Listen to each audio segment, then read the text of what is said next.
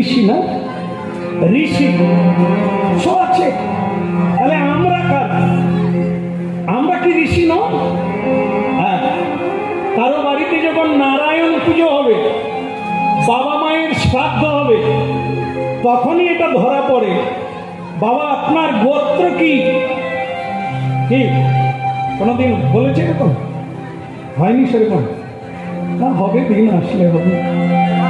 হ্যাঁ, যে বাবা গোত্রটা বলো, তো তখন দেখবেন বেশিরভাগ মানুষ বলে গোত্র কোথায় দেখে গেছে জানি। ওরে হতভাগা, গোত্র রাখার জিনিস নয়, গোত্র মনে রাখার জিনিস। যাও তোমার গুরুজন যারা আছে তাদের জিজ্ঞাসা করে এসো। তো বলে, যখন জিজ্ঞাসা করলো তখন বললো যে শাণ্ডিল্য গোত্র। এখানে যারা হরিনাম শুনছে, আপনাদের বিভিন্ন গোত্র আছে, এক একজনের এক এক রকম হতে পারে। শাণ্ডিল্য, ভরদ্বাজ, মধুকল্য, এগুলি হয়ে থাকে, আরো বিভিন্ন বিভিন্ন। এখন এরা কারা, এদের নাম বলতে হয় কেন? হ্যাঁ, তার মানে এখানে যে মায়েরা আছে আপনারা ঋষি কন্যা, আর আমার বাবারা হচ্ছে ঋষি পুত্র। এবার বুঝুন পরিচয়। হ্যাঁ, কেঁচো খুঁড়তে গিয়ে সাপ বেরিয়ে যাবে, এই জন্য শোনা দরকার আছে। আগে আমাকে জানতে হবে আমি কে। আমরা বললাম প্রত্যেকে ঋষি পুত্র, মানে ব্রাহ্মণের পুত্র। কিন্তু দুঃখের বিষয়, এটা বলার সময় বলি আমার শাণ্ডিল্য গোত্র, আমার ভরদ্বাজ গোত্র, কিন্তু আপনি যে সেই বংশের মেয়ে, কি খাচ্ছেন, কি করছেন আপনি?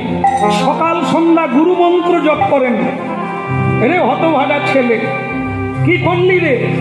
ঋষির বংশের ছেলে হয়ে ঋষির কোনো ব্যবহার তোদের মধ্যে দেখা গেল না। সন্ধ্যা সকালে ইষ্ট মন্ত্র জপ করে না, মিথ্যা কথা বলে রোজগার করে, আবার মিথ্যা রসে তা ব্যয় করে, ঈশ্বরের সেবায় লাগে না। এ কি ঋষির বংশ? হ্যাঁ, একটু বলবেন দয়া করে, হরিনাম কোন জায়গায় হয় না? ভাগারে। ওটাই সব জায়গায় বলে, মায়েরা জানেন তো হরিনাম কোন জায়গায় হয় না? ভাগারে না? যদি ভাগারে হরিনাম না হয় সেই জায়গাটার নাম ভাগার। যার বাড়িতে হরিনাম হয় না ওটা কোন জায়গা? আমি কিন্তু বলি আপনাদের কথা অনুসারে হরিনাম যার বাড়িতে হয় না সেটাও ভাগার। যার হৃদয়ে হরিনাম হয় না, হরির কোনো বাস নাই, তাহলে সেটা কোন জায়গা? ওই গড়ে ধরে নিতে হবে। তাহলে ঋষির পুত্র, পুজো পাঠের সময় বলি আমি শাণ্ডিল্য গোত্র। আমার গোত্র মানে গোড়া, গোত্র মানে শুরু, যেখান থেকে আমার বংশটা শুরু হয়েছে, যে পরম্পরায় আমি জন্ম পেয়েছি তার নাম গোত্র। এতদিন কি খাচ্ছি, কি বলছি আর কি করছি, এ তো ঋষির পথ নয়, এ তো ধর্মের পথ নয়, একে ধর্ম বলে না। তাহলে যেটা কি, সেটা হচ্ছে ঋষি মুনিগণ যে পুরাণ আদি গীতা ভাগবত তৈরি করেছে সেই অনুসারে জীবন যাপন করে। এই যে আগে সিকিউরিটি ছিল আর এখনো সিকিউরিটি আছে। এই সিকিউরিটিরা এখন কি করে?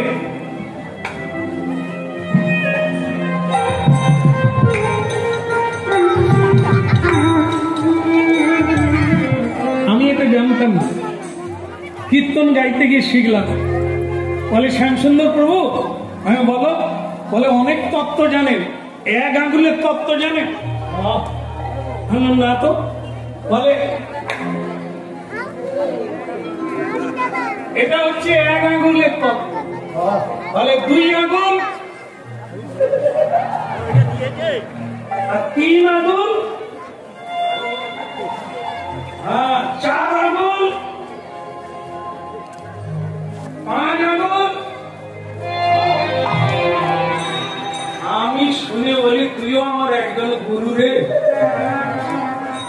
আঙুল আছে বটে, তত্ত্ব যাচ্ছে।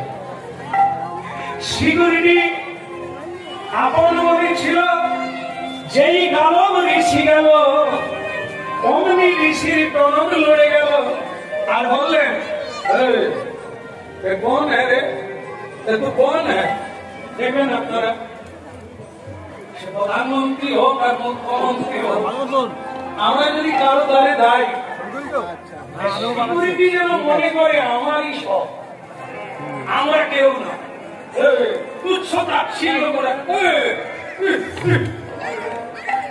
আরে আমাদেরই ভোটে মন্ত্রী হয়েছে, আমাদের কি এরকম করে সম্মান নিয়ে কথা বল? আমরা তো ঢুকে যাচ্ছি না।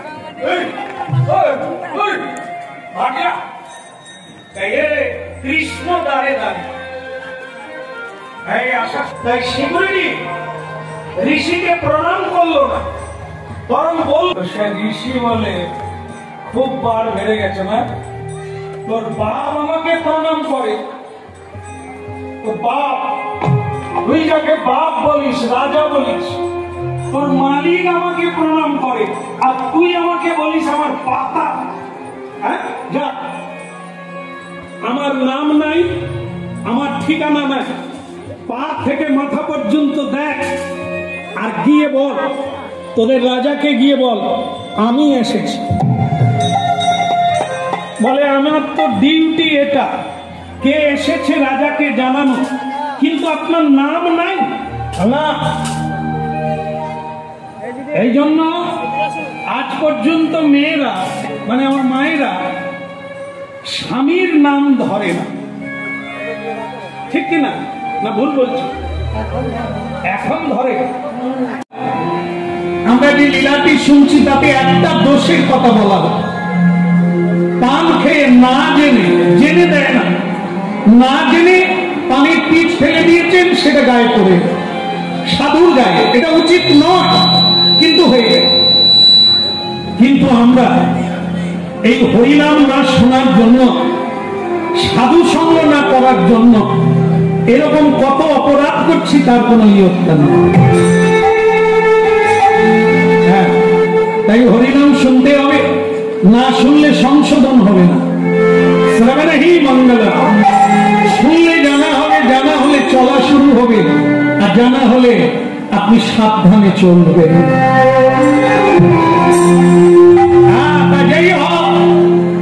আমি অভিশাপ দেব, দেখবেন যত শাস্ত্রাদি শুনবেন তাতে একটা শব্দ আছে অভিশাপ, কিন্তু আজকে মানব জীবনে এই শব্দটা নাই। এই তোমাকে অভিশাপ দিয়ে দেবো, এটা মানুষ বলে না। তার মানে এই নয় যে এখন আর সেই অভিশাপ নাই, যে যত অপরাধ করো, পাপ করো, কোনো বালাই নাই, এই জায়গাটা ভুল হয়ে যাবে। যাই, শব্দটা রূপান্তর হয়েছে, কিন্তু শব্দ বাদ যায় না, আর অভিশাপ বাদ যায়। হ্যাঁ, আজকে অভিশাপ কেউ মুখে মুখে বলে না যে আমি তোমাকে অভিশাপ দিলাম, কিন্তু যাকে বলে সেটা কি না মনস্তাপ। সেটা হলো কাঁদালে কাঁদতে হবে। কারণ কি, ভগবান সর্ব ঘটে বিরাজিত, সবার ভেতরে, সবার মাঝে, সব জায়গা, আকাশে বাতাসে, নীলে অনীলে, সর্বত্র। তাই পরস্পরকে শ্রদ্ধা করুন, তাহলে আর এই বিপদ আসবে না। ভেবে চলুন, আগে ভাবার আগে করবেন না, করে ভাববেন না, আগে ভাবুন, তারপরে কর্মে হাত দেবেন। দেখেন, আজকে আমরা কীর্তন জীবনে বলার মতো নয়, এমন একটা জায়গা যা কিছু করতে পারি না, কিন্তু মানুষ কাঁদে। জানো বাবা, এ বাড়ি আমি বানিয়েছিলাম, এখনো তার ঋণ আছে। আমার ছেলে আমায় বাবা বলবে, বৌমা বলে দিয়েছে বুড়ো বুড়ি বেঁচে থাকলে আমি এখানে খাবো না। কি অপরাধ করেছিলাম, আজ আমাকে কাঁদতে হচ্ছে।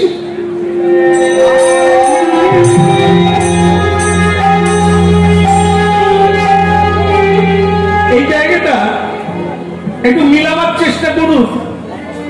উনি অভিশাপ দেননি, কিন্তু আপনাদের কি মনে হচ্ছে ওইটা লাগবে না আপনাকে?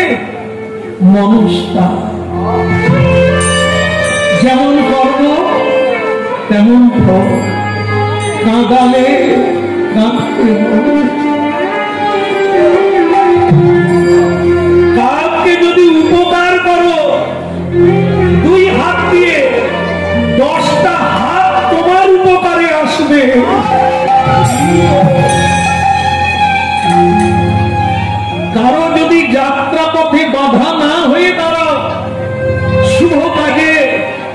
তোমার রাস্তায় ফুল ছড়ানো থাকবে। এটি হলো কীর্তন, যেখানে কীর্তনের দ্বারা চেত দর্পণ মার্জন মহা দাবাগ্নি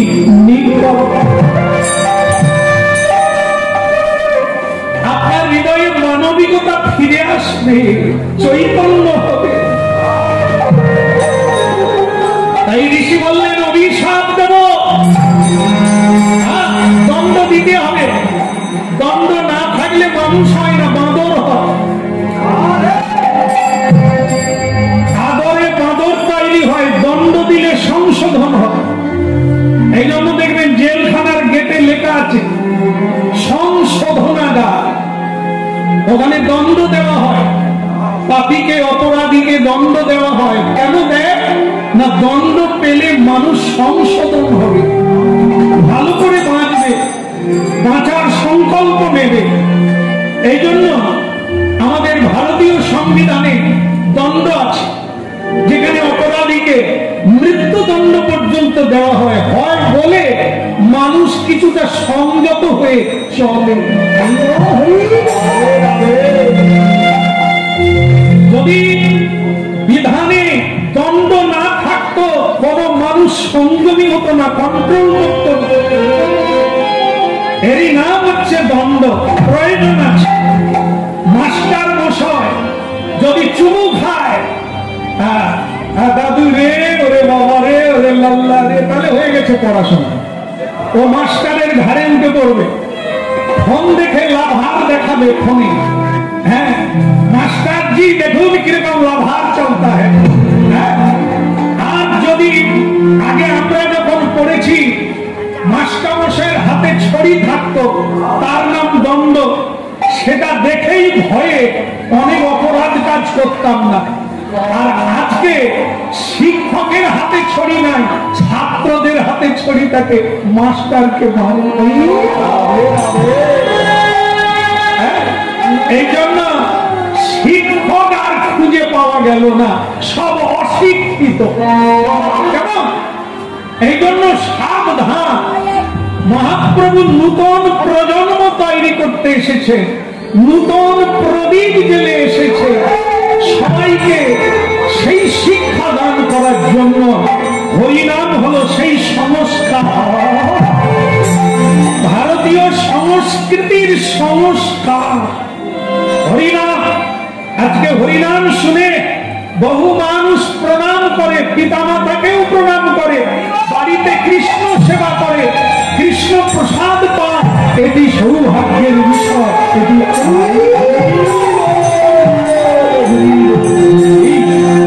ভজনে ভজনে আমার মন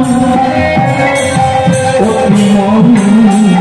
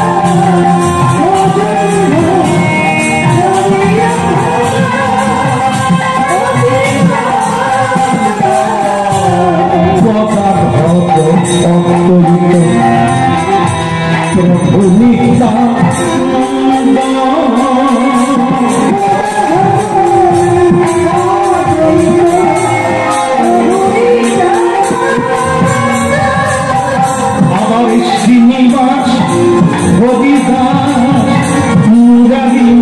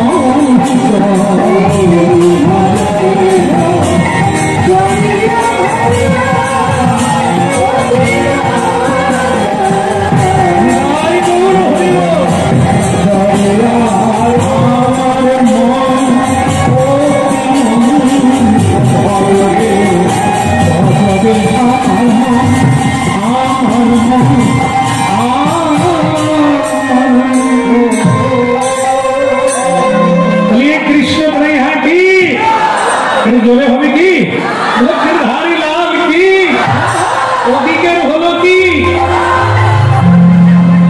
না না ওই ঋষি অভিশাপ দিল কিনা হ্যাঁ এটাকে নামার দিকে তাকা এটা কি বের করছে বলতে হবে ঋষি বর রেগে গিয়ে দাঁড়া কি হয়নি আমি ভাবছি আপনারা খৈনি খৈনি বলবেন কিন্তু আপনারা জানেন দেখছি এই বের করছে এটা বের করলে কোনো সমস্যা আছে এটা তো তলোয়ার নয় আর এটা তো টাইম বোম নয় এটা শুধু মাত্র একে বের করলে ক্ষতি কি আছে ঢুকালেও ক্ষতি সাংঘাতিক জিনিস এ বোঝা যায় না দেখেন সেকেন্ডের কাঁটা দেখা যায় যে নড়ছে ঘুরছে হ্যাঁ মিনিটের কাঁটাও দেখা যায় কিন্তু ঘন্টার কাঁটা যে কখন সরে কেউ দেখতে পায় কিন্তু সরে না হলে ঘন্টা হচ্ছে কি করে কিন্তু আপনি তাকিয়ে থাকুন চোখ ছানা বড়া হয়ে যাবে তবু ধরতে পারবেন না যে কাঁটাটা ঘুরছে না দাঁড়িয়ে এই জন্য এই আধ্যাত্মিক তত্ত্ব হচ্ছে এটা দেখা যাবে না বোঝা যাবে না কিন্তু কাজ চলবে কাজ চলবে এই যে প্রতিদিন রোজগার করলে আমরা সন্ধ্যেবেলা বুঝতে পারি কত রোজগার হলো কিন্তু এইটা বুঝতে পারবেন না সারাদিন হরিনামের পরে কি হলো এ হচ্ছে ঘন্টার কাঁটা বোঝা যাবে না কিন্তু চলছে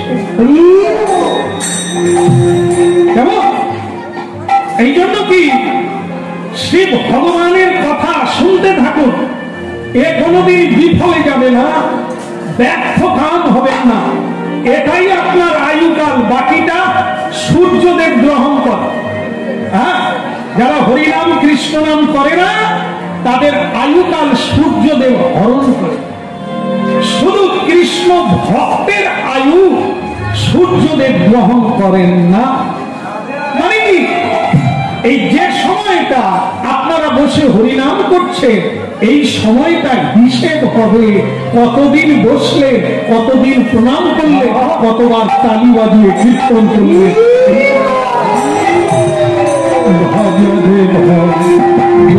আমার মন অতি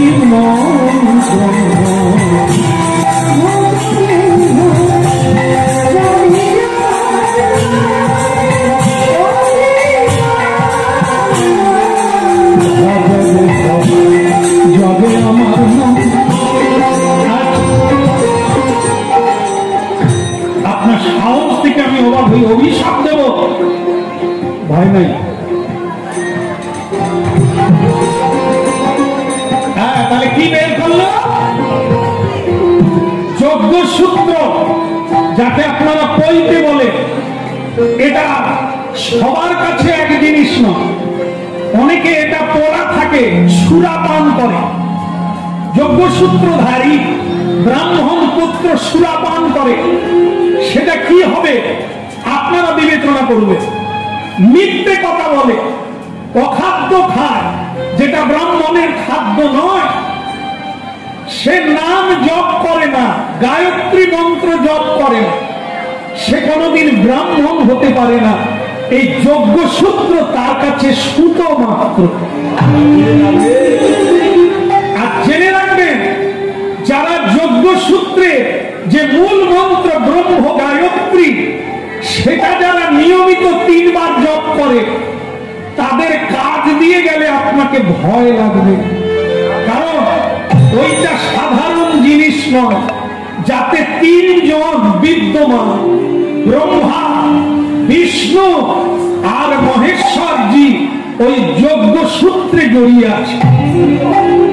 যারা শৌচ পালন করে, যারা তপস্যা করে, যাদের ভিতরে দয়া আছে, যাদের ভিতরে সত্য আছে, এই যজ্ঞসূত্র অস্ত্রের চেয়েও বড় জিনিস।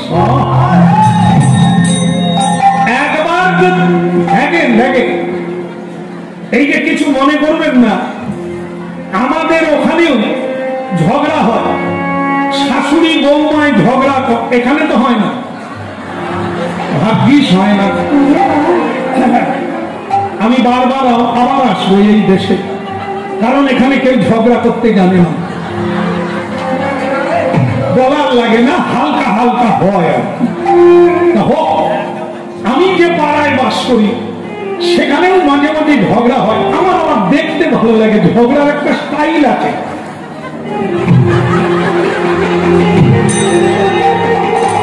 এই যে আটটা না আমাকে খুব আকর্ষণ, বিশেষ করে মায়েরা যখন ঝগড়া করে, সে তো মানে স্টাইল আলাদা।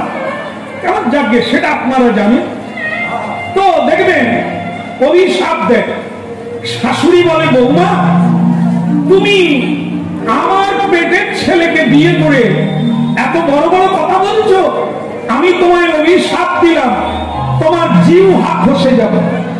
অভিশাপ দিল, বৌমা ছাড়লো না, আস্তে বৌমাও কিন্তু ছাড়লো না। সে বলল, মা আমাকে অভিশাপ দিলে, তাহলে আমি তোমাকেও ছাড়বো না। আমি রেশন ডিলারের মেয়ে, মানে কেরোসিন ডিলারের মেয়ে, আমি তোমাকে ছেড়ে দেব? তোমাকে আমি অভিশাপ দিলাম, তোমার জিউ হাত খসে যাবে, মানে পা খসে যাবে। কেমন? তাহলে দুজন দুজনকে অভিশাপ দিল। আমি ভাবি, আমি দেখবো এদের পা কবে খসে আর জিউ হাত কবে খসে। 20 বছর কেটে গেল, 20 বছর, কারো জিউ হাও খসলো না আর পাও খসলো না। তাহলে মা অভিশাপ যে দিল, কথা গেল। আসলে কি জানেন তো, দুটো জিনিসই আমরা পারি না, না আশীর্বাদ কাউকে দিতে পারি, না অভিশাপ কাউকে দিতে পারি। তথ্যটা বোঝার চেষ্টা করুন। কেন বলুন তো? তারাই দিতে পারে যাদের এক্সট্রা আছে, মানে কি, যাদের উদ্বৃত্ত আছে, যাদের বাড়তি শক্তি আছে। তাকে কি বলে? তাকে বলা হয় দৈব শক্তি। যার কাছে থাকবে সেও আশীর্বাদ করলে জীবন জয় জয়কার হবে, অভিশাপ দিলে জীবন ছাড়খাড় হবে। এই জন্য আমরা আশীর্বাদও দিতে পারি না, অভিশাপও দিতে পারি না, কারণ আমাদের ঘট শূন্য। এই জন্য মনে রাখবেন, মিথ্যে কথা যারা বলে তাদের জিহ্বা কোনদিন অভিশাপ দিলে ফলবে না, আশীর্বাদ দিলেও ফলবে না। এই জন্য ভয়ঙ্কর এই যে সাপ জানেন তো, সর্প, সর্প জানেন তো, যার 4টা পা।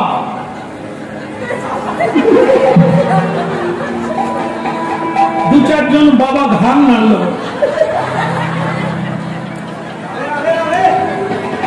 চারটা পা নয়, সাপ জানেন তো, একটা চিতি সাপ আছে, একটা ঢ্যামনা, সাপ আছে, সে যদি পাশ দিয়েও চলে যায় মানুষ সরে না।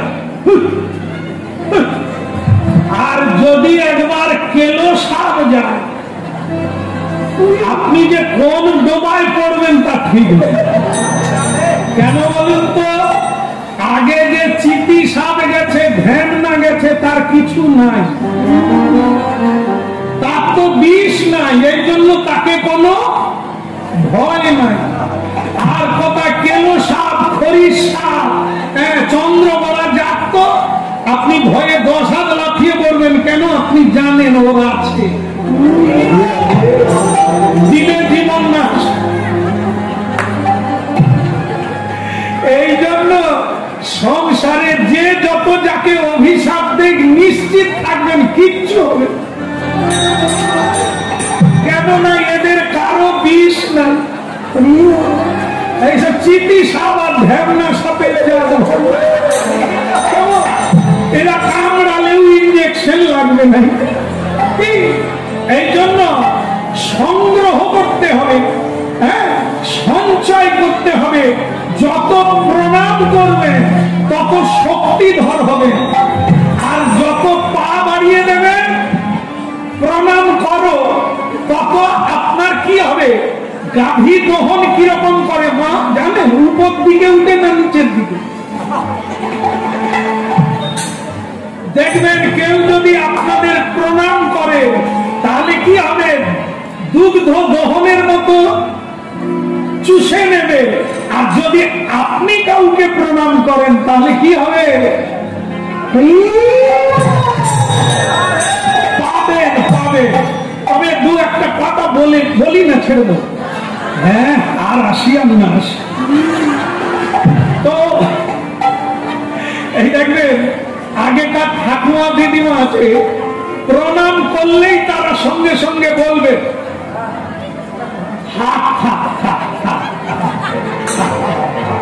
বাবা তুই বেঁচে থাক, হ্যাঁ তুই সোনা দেখে একটা বউ পাও। মানে আমরা বউ হয়ে যেরকম যন্ত্রণা পেয়েছি, তুই বাকি থাকবি কেন মালা পর।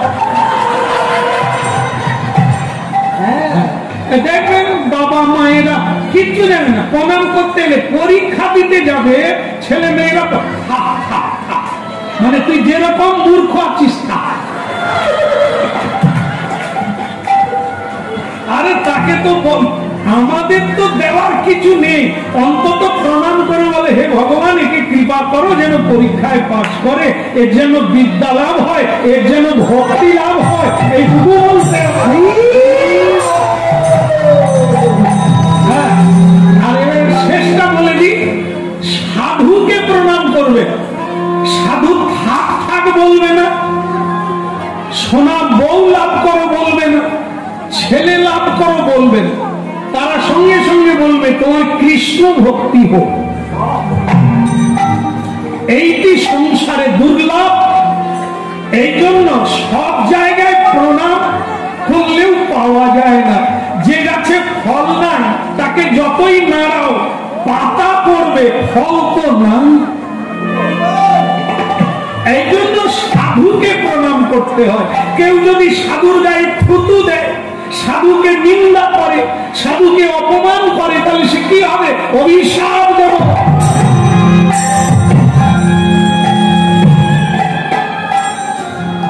তবে এই শুরু থেকে শেষ হয়ে গেল, প্রায় আর 2-4 মিনিট আছে, শেষ হয়ে গেল। কি কথা বোঝা গেল? বোঝা গেল এটা কি, সাধুকে প্রণাম করো, সত্য কথা বলো, সৎ পথে চলো, 2 পায়ে এগোবে, আর না হলে পিছতে। হরিনাম শুনলে কি হবে? আপনি চালাক হবেন, জ্ঞানী হবেন। হরিনাম কৃষ্ণ নাম বড়ই মধুর। তারপর একটা মনে নাই বলেন যদি কে বড় মধুর। যেই জন কৃষ্ণ ভজে, ভজলে তো হবে। কথাটা মনে আছে, কিন্তু ভজে কবে? মজেছে কজন? হ্যাঁ, এতে মজতে হবে, ভজতে হবে, ঘষতে হবে, মাজতে হবে, তবে তো সূর্যের প্রতিফলন হবে। থালায় যদি ময়লা না, এই জন্য ভক্তমন্ডলী মায়েরা চতুর যারা, তারা কাউকে ক্রোধ করে অভিশাপ দেবেন না। ক্রোধ করলেই আপনার পুণ্য নষ্ট হবে, ভক্তি নষ্ট হয়ে যাবে। ঋষি গালব ঋষি যজ্ঞসূত্র বের করেছিল, মনে পড়ে গেল অভিশাপ দেওয়া মানে এই ভজন থেকে কাটবে। 10 বছরের 20 বছরের ভজন কেটে যাবে, দরকার কি আছে? অনেক কষ্ট করে জোগাড় করেছি, তাকে অভিশাপ দিয়ে শেষ করবো কেন? যে বললাম না, আগলে তো দেবে, এই দেওয়া মানে সঞ্চয় থেকে কাটবে, কাউকে কিছু দিতে গেলে। এই জন্য সাবধান, নিজেরটা যেন না ক্ষয় হয়। মহাজনী রেখে দান করো। হ্যাঁ, একবারে খোলা মনে দান করবেন না, ফালে মিলে সব চলে যাবে, নিজেও খেতে পাবেন। এই জন্য ঋষি অভিশাপ দিল না, চিন্তা কি করলো? ও কৃষ্ণ ভক্ত কে দেখলেন মাথার উপর দিয়ে পুষ্পক রথে চিত্রসেন নামক এক কৃষ্ণ ভক্ত যাচ্ছেন, আর তিনি ভগবানের অত্যন্ত প্রিয় ভক্ত। কিন্তু দুর্ভাগ্য, তার পান খাবার একটি কুঅভ্যাস আছে সকালবেলা, তাই পান খেয়েছিল। রথে উড়ে যেতে যেতে পানের পিচ ফেললো যমুনার জলে, কিন্তু তখন গালব ঋষি ছিল, তার গায়ে পড়ে গেল। অভিশাপ দিল না। এই হলো বৈষ্ণব, এই হলো ব্রাহ্মণ। ঠিক করলো, আমি ভগবানকে জানাবো, উনিও তার ভক্ত, আমিও তার ভক্ত, তিনি যে বিধান দেবেন সেটাই করব। এই জন্য আমাদের জগতে বলে আইন কেউ হাতে নেবেন না, প্রশাসনের হাতে তুলে দেন, আইনের হাতে ফেলে দেন। আপনি মেরে মার খাবেন না, আপনি দোষী হবেন না, আইনের হাতে তুলে দাও, এটা সবাই বলে, আইন বলে। তাই এখানেও তাই, আমরা যে যা করি, আমরা কাউকে দণ্ড দিতে পারি না, যিনি দিবেন তিনি। একটা কাহিনী বলি ছোট করে, বলো রাধা মাধব কি। একটা নূতন ছেলে মানে যুবক ছেলে বিয়ে করেছে, আস্তে আস্তে আস্তে খালি উল্টো দিকে তাকা। এই জন্য বলে বংশ থেকে বিয়ে করতে হবে। এই রান্না করে রাখো, আমি একটু তেমাতার মোড় থেকে আসছি। এই রান্না করতে দিয়ে ছেলেটা তেমাতার মরে গেল, আর আসতে দেরি দেখে মেয়েটা রান্না করে রান্নাঘরে ঘুমিয়ে পড়লো, দরজা খোলা থেকে গেল। দুটো চোর ওই তালে ঢুকে দেখে মেয়েটা ঘুমিয়ে গেছে, আগে খাওয়া যাক তারপর গয়না গাটি নেবে, কেমন? এইবার চোর দুটো ঢুকে গেছে, সেই তালে তার স্বামী দেবতা মোড়ের মাথা থেকে ফিরে আসছে। তার আবার অনেক গুণ আছে, কি খেলে টলে। আর দেখবেন যারা মাতাল হয় তারা কার নাম কীর্তন করে? কালী মায়ের নাম। ক্ষমা এনে মা দাদা তুলে নে মা,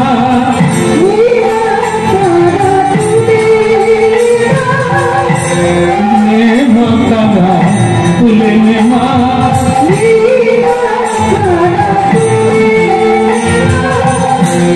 এ সংসার ভালো লাগে না, নেমা দাদা তুলে নেমা, আমার সংসার ভালো লাগে না,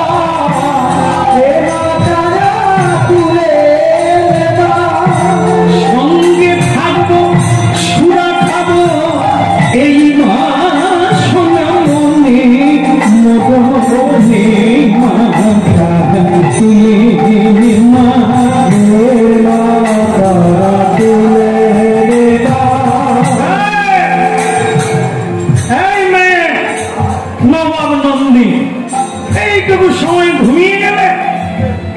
ভক্তমন্ডলী মায়েরা, মেয়েটা উঠে বলল, উঠে দেখে খাবার নাই, খাবার। লোকটা বলল খেতে দাও। বলে স্বামী আমি ঘুমিয়ে গিয়েছিলাম, কে যে খেলো আমি জানি না। মাতালের কাজ বেশি, কথা কম।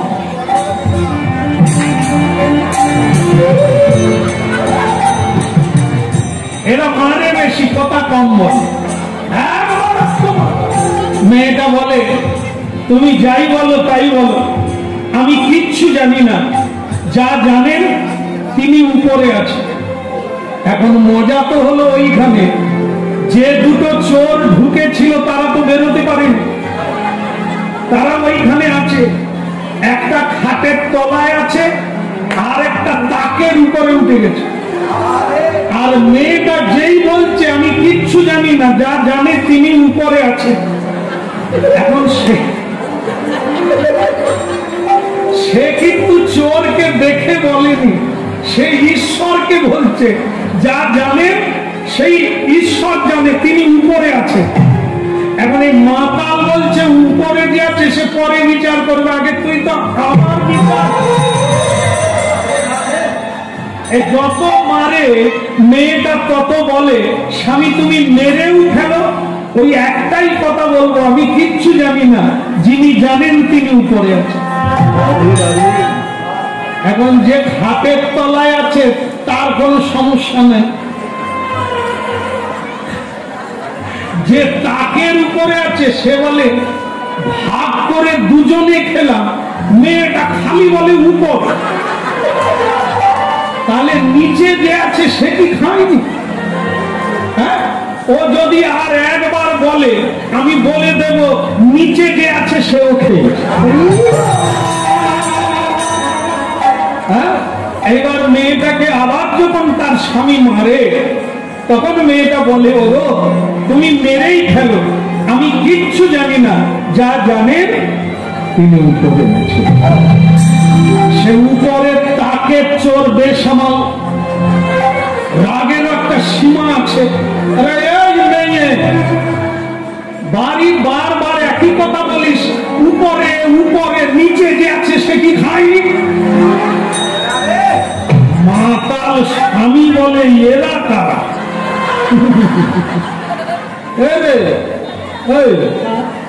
নেবে তোকে দেখাচ্ছি না। এবার আপনারা ভাবু চোর দুটোর কি হাল হবে, আর কি বলার দরকার না। তাহলে মেয়েটা কিন্তু চোরকে দেখে বলে না, ঈশ্বরের কথা বলছি। হ্যাঁ, কুমারী বেলা যারা কৃষ্ণ কথা শোনে, একটু সাধু সঙ্গ করে, একটু মানে ধর্মগ্রন্থ পড়ে, তারাই এরকম বল। ওপরে যিনি আছেন তিনি বিচার করবেন। হ্যাঁ, তাহলে ঈশ্বর কি করলেন? ওই দুটো চোরকে ধরিয়ে দিল, যে আমাকে ভরসা করে আমি তাকে নিরাপত্তা দিই, তাই ধরিয়ে দিল চোরকে স্বয়ং জগদীশ। তাহলে এই কাহিনী থেকে কি পেলাম? দুঃখ কারণ নেই এমন জীবন নাই, থাকবে কাউকে না বলে অন্তর্যামীকে জানিয়ে দেন তিনি যেটা করবেন আমার চেয়ে বেশি করবে। তিনি এতটাই দণ্ড দেবে, আপনার মঙ্গল করবে যে আপনি বুঝে শেষ করতে পারবেন। তাই গালো ঋষি বললে আমি অভিশাপ দেব না, এই অবস্থাতে আমি দ্বারকায় যাব।